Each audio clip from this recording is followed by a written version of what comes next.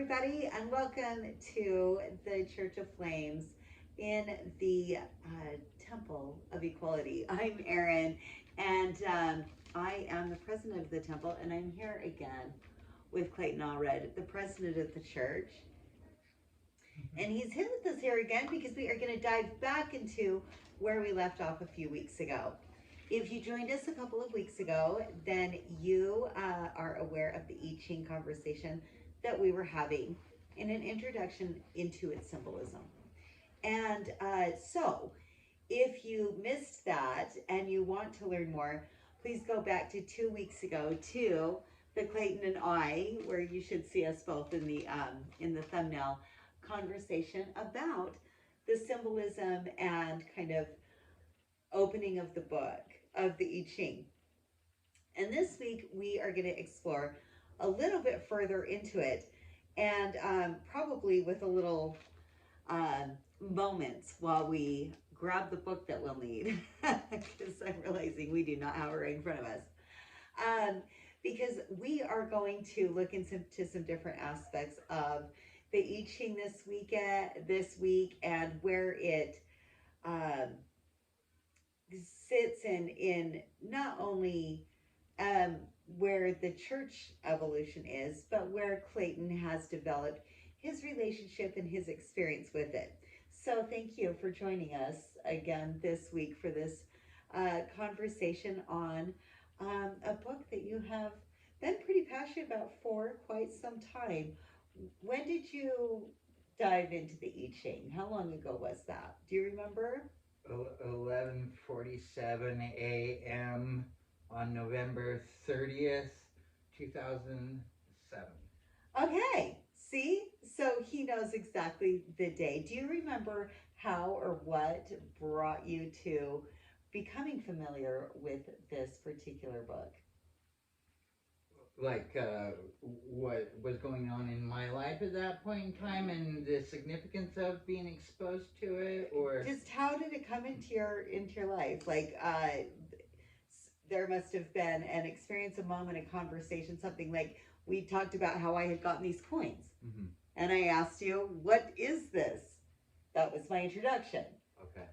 My introduction was, and one of the reasons why I remember the date so well is my wife had just asked me to leave, and that she was contemplating getting a divorce. Oh, I see. So those subtle life changes. And my birthday is November 28th, and she wanted to let me and Braden and our family to celebrate my birthday, and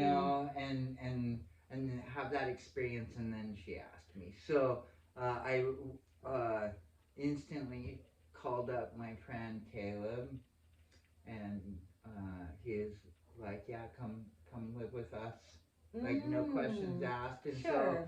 So I went because we were just separating at that moment to give each other some space, and so I felt like it was a safe place for me to go. Sure. And I woke up in the morning, and his girlfriend Moons, who's also a dear friend of mine, just like, have you ever rolled an I Ching? Oh, wow. And I had never even heard of it. Sure. And I rolled it, and what I was going through in my life and the information of what it just provided for me blew my mind so vastly. And what brought me to it was telling me the exact opposite of what you wanted to hear. What? Totally. That was going to be my next question. Well, yeah, because and my relationship to it, like it would be like doing things exactly opposite of what I wanted to do. Which brought a lot of awareness, because I really wanted to take some action. I really wanted to, produce some results in my marriage and keep a hold of that marriage, like. How much do you think that view that you had to do with conditioning? Like what a relationship's supposed to look like, what a family's supposed to look like. Like how much of that initial reaction to this is not what I want to hear right now do you think took place in like a theme of conditioning? Like, did that take some deconditioning? 100%. However, uh, to bring myself to the awareness of that conditioning took probably 2 years I can imagine. of like even recognizing how conditioned previously that I was, like, and how we're kind of tailored to have these thought processes and want to control things and make things happen the way we want them to, and acceptance and letting go, and these are uh, things that, because of our conditioning, are extremely uncomfortable and almost uh, completely on the other end of the spectrum of thinking. And I was Yeah. like, it isn't what I wanted to do. It isn't what I wanted to think. It isn't what I Wanted to read? no, no. It was like, So, quick question, because this is going to help us a little bit later. okay, Since you remember everything that was happening in the date and the time, um, do you remember what hexagrams you pulled? I do not. Okay. I definitely had thought this was going to be go one or two ways. He's either going to know them or he's not. Okay. Um, that's okay. This isn't something that we sit and judge ourselves That on at was any point in time for any reason. that It was only mattered in the moment. yeah, 2007. I really, but depending on how like I could see myself remembering. Right, me too. And I know that it was. I have a good idea of like 4 or 5 hexagrams that it probably was. Could have been right. That would have given you that reaction, and the reason that you would know that is because how much time you spend with this book, which is every day. Yeah. So you have a lot of the hexagrams memorized. You know what a lot of the hexagram titles are. Excuse me. You just might not know word for word the chapter and, of course, every line in them. Right. But you're very thorough in that aspect. So I wouldn't be surprised that if you really sat down and thought about it, that you could come up with a couple of combinations that would fit that. So when you began the journey into the practice or the study of the I Ching, what kept your interest or fascination with its guidance? Like, did this keep happening every day? How did you, like, what hooked you?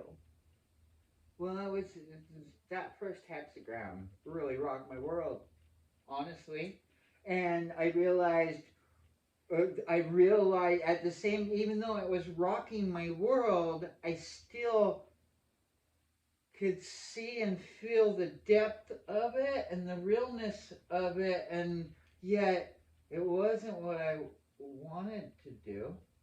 It wasn't what I wanted to hear. Mm-hmm. Yet it was very real and it resonated with me, and I found myself all of a sudden realizing, oh, well, that ain't where I'm coming. And so I would check in with it more, and I wanted to, like, I saw, for one, I saw a difference in the reflection that was being offered back to me when I did listen, and when I did, like, take on the energies and attributes that it was, like, encouraging me to do, Mm-hmm. which was letting go in stillness and allowing things to play out Did without. it tell you had to be modest? It sure did. Don't we all love that one? One of the weirdest things of the I Ching is the way that we have to take a multi-dimensional look at what a given word means. Because we've come across these judgments and clarification of what things mean, and it's a little bit distorted from what it could be trying to interpret to you. Yeah, in fact, I was hung up on a few things for many years. Well, you know what? That leads me right into the next question. Okay. How has your relationship adjusted over the years? With the I Ching, and you're spending the time with it, and whether you were going from the very beginning of this kind of almost mystery school into a deeper understanding into where you are now. Um, I'd imagine some rather large adjustments have taken place, but one of them would be in just the way that we look at a word or take in a phrase Right. about what it means in the moment. Oh my god, yeah. And like I've experienced so much of that. Like words, my vocabulary on the specific words has changed dramatically. Like modesty, especially coming. I came from a very Mormon cultured It, background, right? And modesty to me meant none of clothes this, yeah, none of this, right? yeah, and uh, modesty is so far from that meaning. It has nothing to do with that for me in any way, shape, or form. Or humility. I Mm-hmm. associated that with humiliation, Mm-hmm. and with that, like, and so, um, but I was hung up on the army, the general, Yeah. like these terms and viewpoints that uh, I didn't really come to understand, or like I struggled with that. Especially hexagram 7, the army, like, Mm-hmm. uh, Why would I do that? We only know that your armies go to fight and combat and yeah, don't ever really actually solve anything through means of modesty by any means. It's a contradiction. but goddamn the words and the meaning. I want God to bless. I I want mean, to I'm like so take grateful. a little sidetrack on that because this is something in like the Gene Keys in Human Design. Hexagram 24. The city, the highest place of which you can resonate within the energy is called intoxication. I have it. It's my conscious Mars. Imagine how that has messed with me. My conscious Mars is in this space where I'm like, intoxication. well, okay.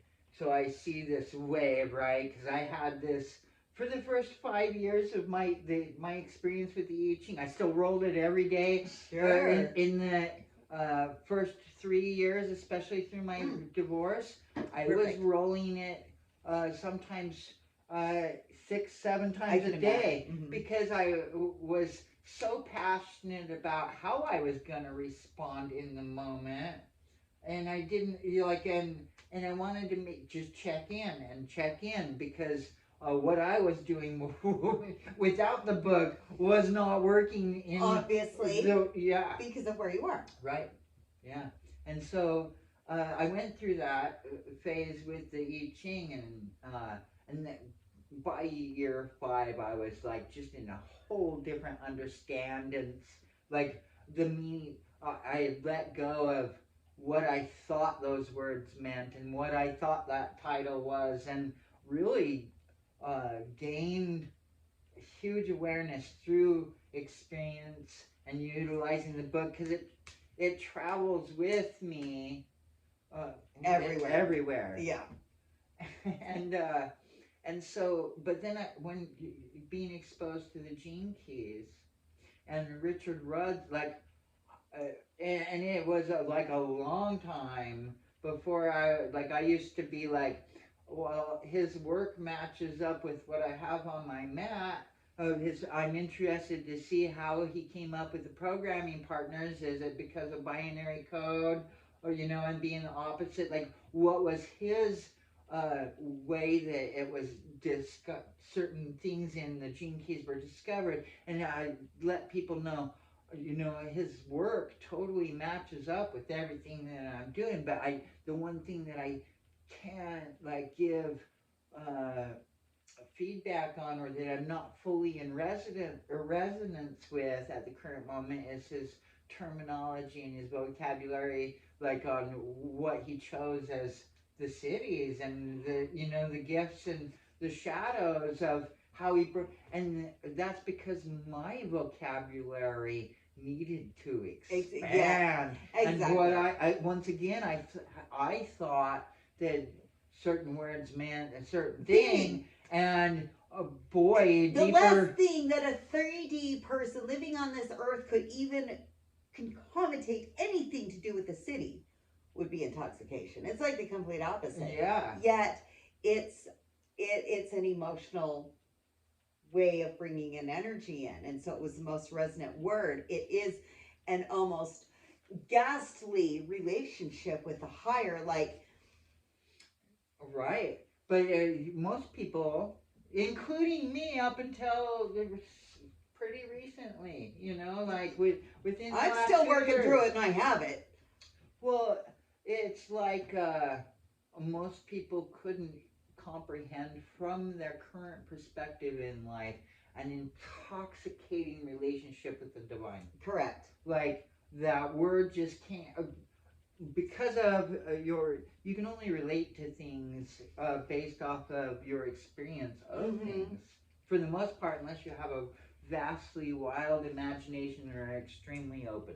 Though we're coming to terms with the understanding very quickly. Yeah. In this day and age, and that's why we're here. Thank you. That was brilliant. Totally. Like if anything, like uh, this video can clear up years of things that hung up on. You might have been hung up on, but I'm here to tell you, hey, don't get hung up on. Everything's a matter of letting go in this to the microcosm of what we think. The second we think this is fact, we see something that just shifts that. And I'm not saying you can get hung up on them if you want to. Like not taking that away from anybody, but at the same time, you don't need to just share in our experience so that we can educate people in this. Well, and I think that it was an easy way to sum up the question. How has your relationship adjusted over the years? Well, in my vocabulary, well, that is what a book is. It's a bunch of words on a piece of paper. So it's vocabulary. It's, do you know the meaning of these words? Come to realize I do not. But they sure have been redefined for me over the years. Yeah, I love that. And so is the energy of the hex, right? Because it's like not... Can I give an example that people might relate to? Yes. It's like when you're pulling tarot and you pull death or the hanged man. I mean, seriously, and all of a sudden, what positive energy can possibly exist in death and the hanged man or judgment? Well, trust me, it's extraordinarily high frequencies because it's taking on a transformation, or it's taking on looking at yourself and saying, I am enough. So you're taking a book that you might be reading one way, especially in certain mind frames, and going into my next question, certain aspects that we might be seeking it for. We want a result. We have this hope, we have this expectation, we have this, and it's not met in the wording. No, it's not. Especially in the first little bit of practice. Oh, yeah, definitely. So with that, there's many ways to approach the I Ching. Clayton is a daily user of the I Ching. I am a sometime user of the I Ching, but a very daily user in the extensions of it with human design and gene keys and astrology and all that. But when you're first opening this experience and you're not quite sure to absorb it, like when Clayton first got exposed to the book, he was obviously in a moment of trying to figure out a very large life situation out. How can I approach this? So a lot of people will generally want to go in with some sort of like clarifying, perhaps, and we'll call it an expectation of this. It could be because you're asking a question, not one, and it's that you can't want a result, and so if approaching the I Ching with a question or a situational moment like you had, do you approach your query to get or gain from the advice? You answered that, like, really, like, that's, you're not looking for a yes or no. No, it's not going to give me a yes or a no. You're right. So how do you like seek guidance from, like, because you can't be like, will I get married next month and divorced in 4 years? That is not, like, so when you're first approaching it, maybe you don't remember, But do you remember like the types of energy or query focus or that you go into it with? Like, Yeah, and uh, um, I totally was asking uh, specific questions, mm-hmm. wanting a I specific can answer. imagine. Yeah, Yeah, I can imagine. which did lead to uh, a little frustration, but as well as like uh, a, a, a desire for deeper insight because I knew that the it resonated with my soul. You So, like I knew it to be yes. And true. so from there, did you adjust your question, adjust your query, start I medit? did. How did you? I did over the years, Okay, so it was and a I think that I process. really started shifting my questioning Yeah, after yeah. year two. So I mean, that say, was a long time ago, but it yeah, was very well, specific questions up until like probably 2 years into it, and then I started realizing, well, uh, uh, there's no reason to ask a yes or no right. question. What's important is uh, the energies that are coming in my relationship to it. Like it was, the, I can see that, and I'm sorry. Another project is probably come up a lot. If we could sit down and talk about general life situations that might be bringing people to this awareness now, do you think that we could assist people in the guidance to what those questions look like? Because no, you can't ask it a yes or no question. well, you can. It's just not gonna. Don't have any expectation of it giving you a yes or no answer. So perhaps there's some sort of guidance that we can assist people through working and navigating those to where they are approaching it with a way that doesn't take them 2 years to figure out. So, would Totally. you like to know how? Should I share how I approach it personally now? Now would be great so that we don't have to try to remember this later, and then perhaps something will build from that. So please share. Yeah, I'd love to hear that. Okay, when I'm asked, normally when I roll, rolling an I Ching is almost the first thing that I do Mm-hmm. every day. And I roll it with my left hand because I'm teaching myself and my students to become very ambidextrous to create connection between the two hemispheres. But I'm just open to whatever the energies of the day are for me. Mm-hmm. And I just the question that I ask is, guide me, universe. And that Oh, okay, I'm gonna have to call that one back. that's my question. And Yeah, then every day. yeah, and then if I'm uh, in the process of wanting to check in and see how I should, what energies I get to embody in a given situation or something's coming up. Like a lot of times I can we pause can, this. yeah.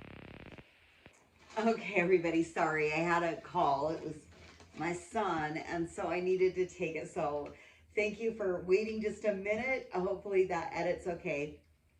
We were talking about different ways that you approach it in, say, like a specific situation. So you approach it daily. Universe, what is the energy for me today? But then, like, say, like yesterday, I was like, okay, my family's gonna go get a pet. What does this look like? And I got a beautiful answer. So I said, get the car, boys. But you have daily things come up. How do you approach those moments?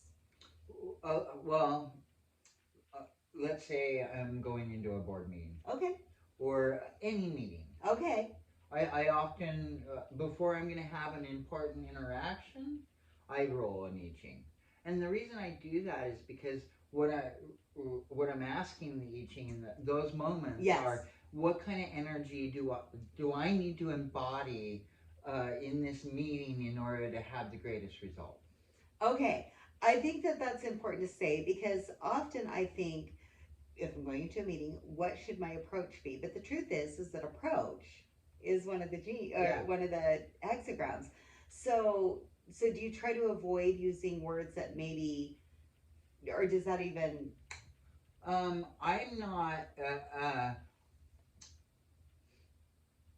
it depends on the seriousness of the question for me Uh-huh. personally. Like if I'm just rolling into A a general. general board meeting, I'm just asking the question in my head once, and I roll 6 times, and there's my answer. Okay. If I'm uh, in some severe contemplation on how I get to respond to a particular event, like uh, I write the question down Uh-huh. with clarity. I Intention. spend some time, probably realistically, probably a minute and 30 seconds, like just Deep intention. focusing on how I'm going to ask the question I appreciate that, because because I that's want a specific specific and answer. not, you don't want It, you don't know the it's answer. not going to give me a yes or a no either, but it's going to tell me what You the want energy. direct guidance. Yes. Yeah. Yes. And it tends to do that. So I want to reach out to the community here that is going to choose into this experience. As you're working through your I Ching introduction, we've talked about journaling, and if you choose into this, take a moment to journal, and then if you find yourselves in these moments, whether it's a big moment or a moment like a meeting, um, how did you come into creating your space for your role? Because the more that we can share our experience, the more that we can pass on success stories, and like, yeah, you kind of want to avoid ways that approach it this way. And it's the same, my experience is a little different. I love to play cards. And so, but I still have to go into that moment with a way of angling my intent. And so if it's something that you're choosing to practice, I think that it would be really fun to share what those experiences are like and say, hey, like I had this experience that while is mine, there's fluids about it that other people may be able to pull some knowledge from. And so we can start to work together and start to understand together, like it's a soul journey of your own, but we're a community that I think that we could have some really um, profound breakthroughs if we, just open up and share that. So if there's any that you have that pop into your mind in that week or so, if you don't mind sharing them in video or in written comment, um, I'd love to hear how that goes, even if it is that experience over the week. Like how yesterday I was like, oh my gosh, it's like a really big deal to add a pet to a family.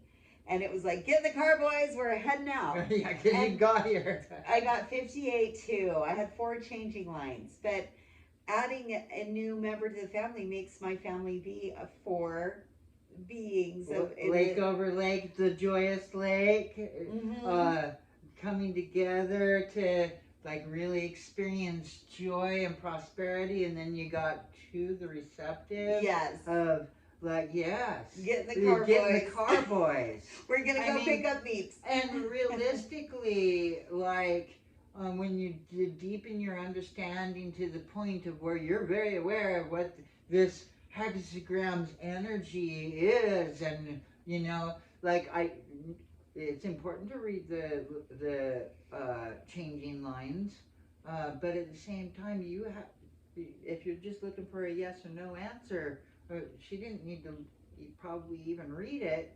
She would get in the car, boys. Let's go. Yeah. Because you have an understanding of it. You have a relationship with it. Yeah. And in that particular moment, you're just looking for like, what do I do? Am I gonna have to put a cat back into a cage and walk away? Right.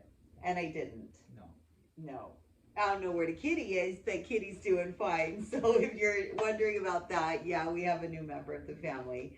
Um, so now taking it to your daily role and your universal question that you ask, um,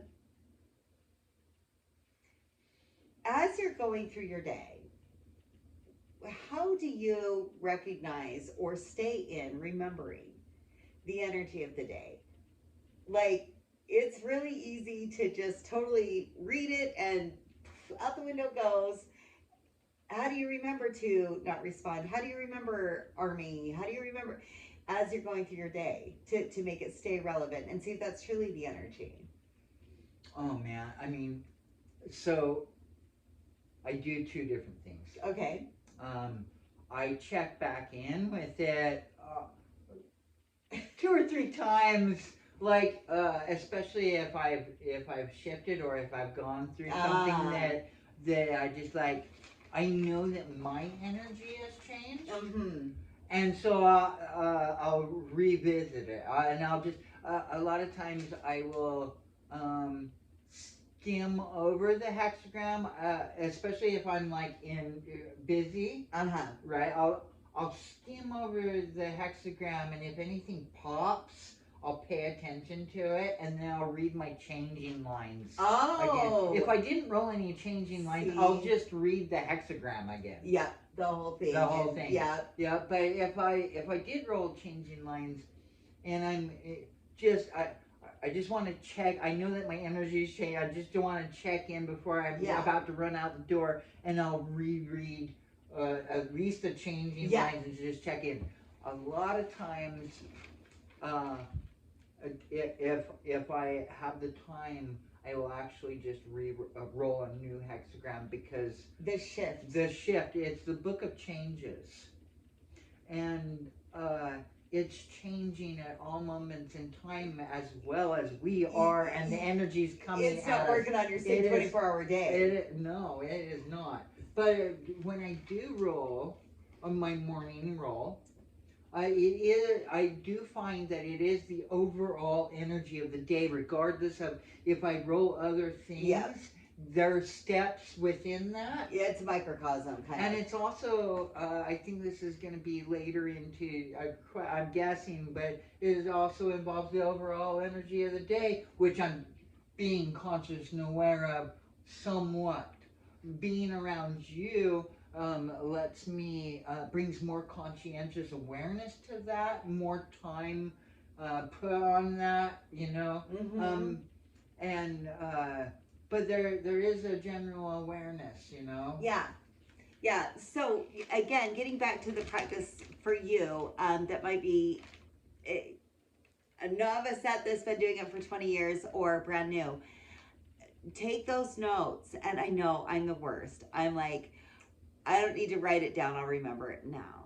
So, if any way that you have to take those notes, especially while you're developing this practice, because I might go into the energy in the morning of the receptive, and all I have found that I've done, and it's all probably for a lesson, is blocked.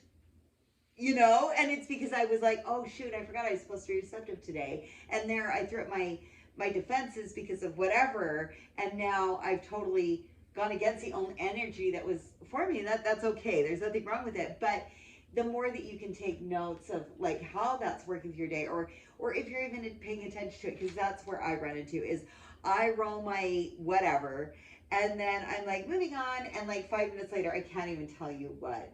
You know, I'm like, so I kind of put that more intention into your own experience, so that as this is developing, you're like, no, it sticks with me all day, or I can be guided through, like, say, with the first day that you were introduced, if you carried that one first roll's energy all the way through, you know, how would that have been different from rolling every single day? Or maybe this is an overall energy, and every day or every moment or whatever is a microcosm of that overall energy, and it's all going to be in how you go into that initial experience. Maybe I don't know. This is where my thoughts come into, like, how deep and how multilingual and multidimensional this book and its lessons are.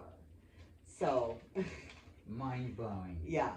And continually mind blowing. Yeah. Yeah. So I want to talk a little bit about where we are when it comes to um, the human design and gene keys, that we have planets right now in the 41st, which is the start codon of the like Ray calendar, um, in 41. And we have in that the sun, Mars, and Pluto. So we have these two very personal planets, and this one far distant planet that is literally creating planetary change. And the sun happens to be at point 0.6. Mars happens to be at point 0.1, and that is our Aries energy, that is our fire, that is our ego, that is our fighter inside. And then Pluto at 2. So we kind of have these changing lines energetically that we are sitting in energetically as an entire Earth. So you pull an I Ching sometimes for the world. Yeah. And so when you do that role might not be where the sun is. No. It most likely is not going to be there. So when you do that, and you're reading that energy, how do you distinguish, like, hey, this is the energy that I'm pulling, when the sun says, but this is the energy that I'm spewing? Have you ever made any like correlation in that, or how do you perceive that, or is that anything you've even considered? It is not. Okay. And when I'm rolling for the world, it's a lot of times I do that, especially when I'm really inspired to do that. I'm listening, and my question is, what message does the world get to hear right now? Okay. What message does the world get to hear right now is not, where is the sun? No. And we can be in multiple energies. For instance, We my are sun always is in not multiple energies. in 40. As a matter of fact, I don't have the 41st gene key outside of that. It's my rising, and that hasn't necessarily been introduced into the systems yet. But I don't have the 41st gene key, but I do always have the 16th. That's my sun. But if I were to say that my energy, or the global energy, could be anywhere. So you approach it in a way that's an energy that's like more static. Like, how do you resonate with that? Like, how do you go about the day and be like, wow, that's, does it end up, I guess it would kind of almost end up personal. Like, just because you rolled a 37 for the energy of the day doesn't mean that I necessarily, is that just maybe the way that you are going to perceive the world, or how do you perceive what your role for the world means, especially since it rolls outside of where the sun is? How do I perceive my? Ask the question one more time. I'm going to, because it's kind of a weird one. So you're saying you're doing a role for the world. Yeah. And you used to do it on your Facebook. I know that you're very consistent on it these days, but so you roll like whatever happens at 28, but we're in 47. So do you, when you do that, and you're say stating it to the world, or is it just like, hey, this is the world energy, even though somebody might be like, good, not, like, how do you bring that in? Okay, I'm gonna answer this to the best of my. Yes. And if I don't answer it in the way that you, we can work on it. Yeah, you can ask me another question. Yeah. Does that work? Perfect. Okay, so I'm aware of the energies that are being for the day, often, not always. Don't really think about that at all when I'm doing a role for the world. And I just let go, because part of part of my relationship with the I Ching is trusting in universal perfectness, trusting uh, uh, that the perfect person will hear that message at the Okay. perfect time, and it might be 5 years from now they scroll on it and what's this?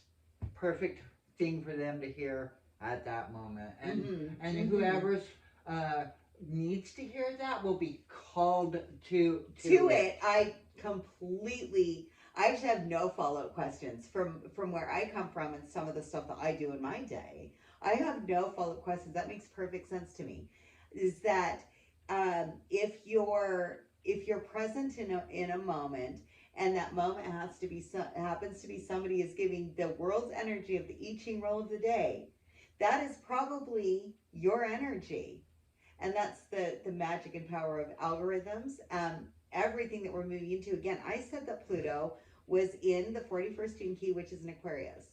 We are in a time where this kind of connection, this level of precision, is completely, and now we're talking the sun and Mars all sharing that All energy. right, so to give you perspective, for Pluto to be involved in any alignment, uh, let alone all in this, like in this, because Pluto's orbit's way longer than any of the other planets. I mean, the closer we get in, the quicker the planets move around the sun, right? So, um, this energy, the start codon, this is where everything. It's like it's It's like the new where the year. door opens to Yes. your genetics. Like Mm-hmm. it's where it's the start of a new cycle, like everything, and to have Yeah. so many planets involved in the same gene key,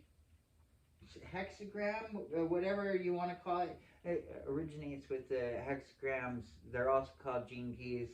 Uh, Yeah. it is Your dates. beautiful. Mm-hmm. It is a work of art, and we are in an incredible time right now. We are, and I do want to point out a little bit. Wasn't going to go super into energies, but Okay. Mercury has just gone through 41. That is our mind. It's through. It moves the fastest. The Sun is at point 0.6. It's going to move out like between now and tomorrow. Mars, our ego, that fiery sign of getting started, that Aries, which is the first sign of the zodiac, Yes. is in point one, and Pluto, Mars will pass it because it's faster, but Pluto right now is ahead of that fiery instinct at point two. And so we have a lot of planets that are in the start codon, that are in this new energy, that and it's collective.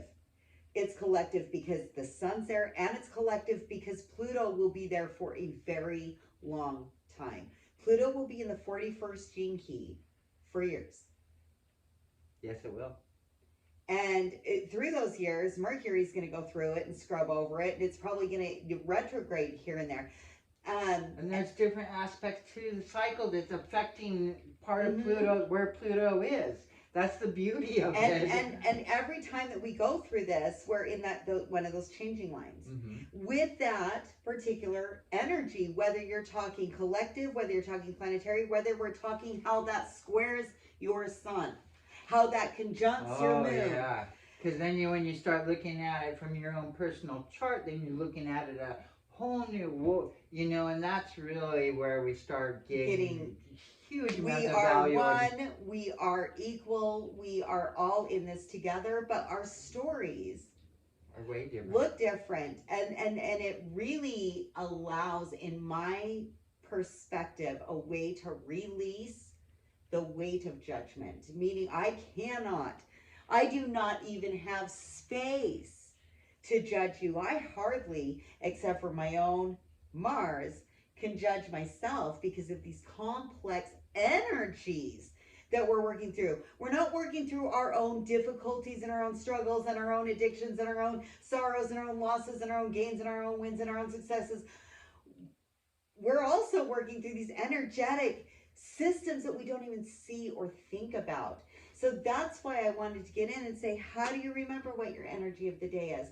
Because we're like getting through a day breathing through paper bags. Well, and here's the thing: is that's one of the things that's so beautiful about the I Ching, and it's all about my relationship with myself and how I'm interacting with my outside environment, with Yeah. the people of my relationships, right? And so it's really interesting because there's all of these energies at play all the time, whether you're aware of them or not. All of the energies. And Everybody's it's up born at to different times. me how I'm going to choose to take those in and what I'm going to do with them by where I choose to focus my attention. And when you're concentrating on sitting down, creating space to roll in I Ching, first of all, you're creating time and space to check in, realign, and all of and so there's I really like the Brian Brownie Walker translation because it does there are like some messages in there that are all about the fact that bringing conscientious awareness to look at some of these deeper truths within the self realigns your thought process. It realigns and all it shifts it, and so you're learning and educating yourself and operating differently every time you do tap in. Rather, you're remembering what you read 20 minutes ago or not. Yeah. It's influencing your thought process just because you took the time and space to check in. And the more you do that, the more it starts affecting your perspective and where I'm choosing my perspective and where I'm choosing to come from. Let me tell you a weird experience I have because this has just become so like relevant all of a sudden. So I read two versions as we went through last time. And so I start with the Brian Walker Browning issue, and then I go to the gal that has written on Cafe Soul. Right. So what do I pull from the two? And this I've been saying this for years, and all of a sudden it matters. I remember all of the quotes that she uses. Okay? Yep. But for his, I remember they're just words. Now, just words might seem offensive and an insult and like pay attention, but you know what? As I'm navigating through my day, it's those words that make me laugh. It's those words that make me stop. It's those words that make me literally go through a breakthrough, have an epiphany. Like I'll be like in a moment, and all of a sudden I'm like humility's kicking in, and you'll hear me. You know me well enough. That I'll stop. Sometimes I'm just laughing because my day is so full of irony in just words. They're not defined because I don't absorb that version in the same way that you do. But all of a sudden, right now, I'm realizing how profoundly I do absorb it. Just in a different way. I'm a different person. Everything about me is different than you. Right. And so,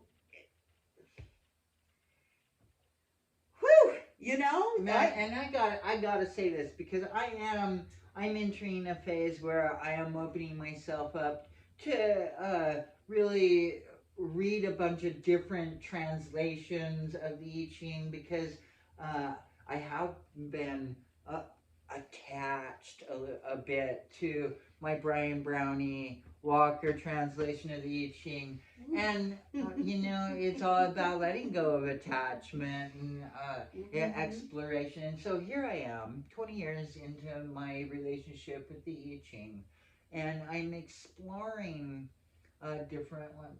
And I ran across one just the other day, 2 days ago. And when I read it, I was just like, "Oh my God, this is what I'm talking about." No, like almost too similar.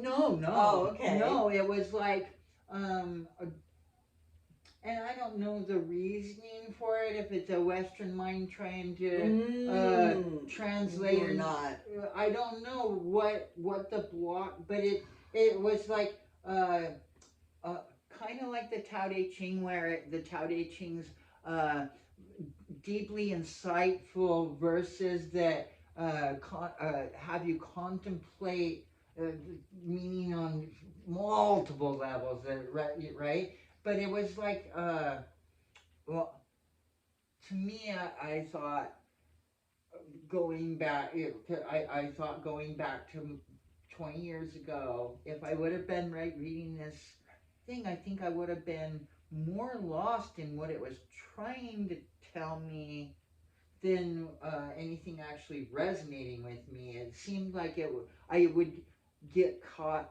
up, and even the other night, I did get caught up in trying to Mm. figure out what it was saying, even though I know my Well, you version. know it. You know Yeah, the yeah, dang hexagram. Mm-hmm. yeah, and so Mm-hmm. like I'm like, okay, well I can see how uh, crouching tiger, some whatever that but at the same time I could also see Clayton 20 years ago being like, what the fuck? Like, and not Yep. not getting the value that I did out of the Brian Brownie Walker translation. But at the same time, I also feel like it's really important for people to resonate with what they resonate And with, there's no judgment or no. It's all you. It's a personal and to journey. explore And in. without the expansion of these, I mean, how many versions of any book do we need to go into ever? Because, like, my kids were like 5 years old when I read them 80 days around the earth, Uh-huh. around the world in 80 days. And what happened in that circumstance is I had happened to pick out a version of it that related to the kids at that age where I could read it and I had so much fun with it. Had I have gotten perhaps the original or the whatever abridged version of it, but I mean it ended up being one of my kids' favorite books. And if they were to read it today, they may have a complete like, what did I even like so much about that book? Well, it's because it was this version I read to you, and it wasn't a child's version. I literally read it to them. They were young, and I could, but it also wasn't the original. Right. Mm-hmm. It was kind of like Winnie the Pooh's Dao De Ching. Yes. I can't remember what that's called. It, Winnie it, the Pooh, or no, Dao De it's Pooh. I'm not sure what they call it, but the tale of Pooh. yeah. Yep. Oh, we got there, everybody. So and I love books like that because it puts it into a digestible place for people, For the and unique individual. yeah. Mm-hmm. Mm-hmm. And I mean, a lot of us are probably have such a hard time resonating with any of them because part of our purpose is to bring our version. Well, and that's just one thing that uh, like. Honestly, I would not recommend the version that my friend had. That it was a backpack version of the I Ching. Mm-hmm. That uh, my natural knowings says I don't resonate with that. That doesn't mean that somebody isn't going to gain value from it. Yeah. But at the same time, like I am heavily promoting the I Ching, yet my experience of what I'm promoting and what is the Brian Brownie Walker translation, and because I know the value that it has, and so, but I also what I would recommend now to 20-year-old Clayton, or Clayton 20 years ago, would be to utilize that. And the practice that I'm taking on now, I'm starting this practice now, right? And so I guess this is a message to you too. Yeah. Um, uh, I recommend exploring multiple versions of the I Ching while comparing it to the Brian Brownie Walker. Like I would say roll your I Ching, whatever I Ching you're using, and then check out the same hexagram from the Brian Brownie Walker translation. Just because um, I'm I am a very big supporter, and I am saying, hey, I recommend this to everybody. Well, But that's what I'm recommending. and another thing is like in depending on how and where you're coming into this understanding and this connection is Like, I even have a deck of cards that's just the I Ching. So I could roll Mm-hmm. and I could do by visual only. And so there's really no limits. As a matter of fact, we're in a time of breaking through those limits. All of our personal planets have just gone through 60. Pluto's through 60 And because that's right before and 41. 60 is all about creating Get breaking. reasonable limits and then break. Yeah. Yep, so that you can be on that other side of total expansion. Really, no, you break those boundaries and you do that personally. So it is. Well, and I think that the 41st gene key coming right after that is a very. It's all by design. It's all by It's all by design. design. Obviously perfect. Yeah. Clayton, thank you so much. That was exactly what I ever could have wished or dreamed for on a conversation that I want to have about this experience that you've had, the experience that it is, and in a general how the opportunity works. Is there anything else that you want to share, give, add, or contribute to in what we've covered today? Well, yeah. Are we? I guess the real question is are we going to have another one of these conversations? Is there going to be a third video? Yeah, I think that we are definitely working on a series Okay. as we move through this and grow through this together because there's one guarantee that I can make sitting here, and I'll do it seriously with him sitting. It says none of us have all the answers, and none of us know everything.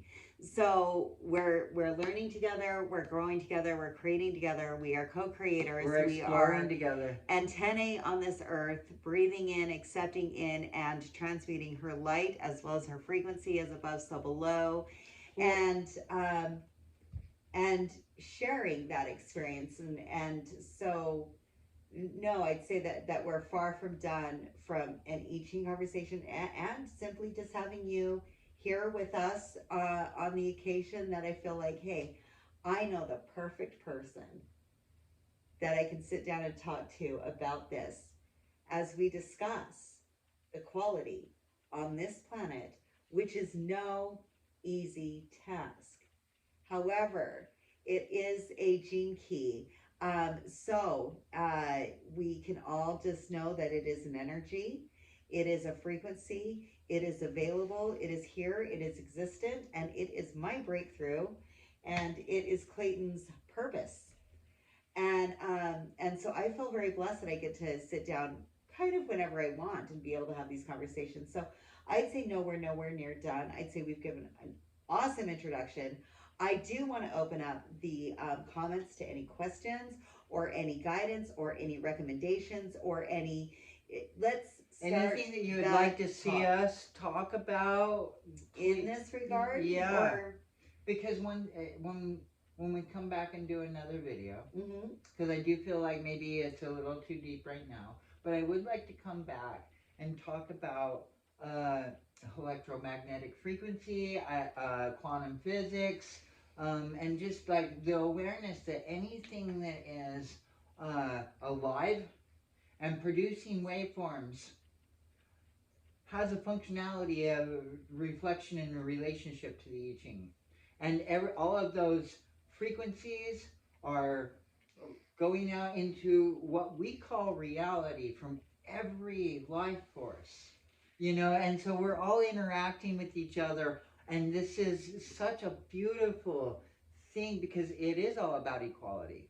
And we are all blessings to one another. Exactly. And we are all such beautiful divine gifts. And I just want to have a conversation about how incredible that is. I say we open that up, but I am not going to open that up before, first of all, that we are having a members meeting for the Church of F.L.A.M.E.S on February 2nd at 6 p.m. Mountain Standard Time. That was American time, Mountain Standard. So wherever you are in the world, please adjust your clocks to try to be there. We will send out newsletters and links. Please like, please subscribe, please donate if you have the ability. If you want more information about the members meeting, please visit us at www.thechurchofflames.org. Also, don't forget to go to our Facebook page, and I swear I will work on my social media, but again, it's just like, can't guarantee that's going to be by next Monday. Yeah, but maybe we could put the Mingle link in the description if anybody really it resonates and you want to be there. Please listen to your heart and be there. The link will. Can we do that? So we'll link Miingle below. Miingle Cool. is a sponsor that we got that I was not sure if I could mention yet, but it is where our big meeting next Monday will happen. I'm going to pop as much information as I can here on Facebook and on our website as I can by next Monday. Clayton, I had an awesome time talking about the I Ching with you. I cannot wait to see you on Monday on that live call on Miingle as this congregation gets together and talks about the future. That's my pleasure. Thank you for having me. Absolutely. You know, you're always welcome. You have a blessed week. Let these energies flow. You've done incredible working through all that we've been going through, from solar flares to snowmen. Drive safe out there, be safe, and we'll see you next week.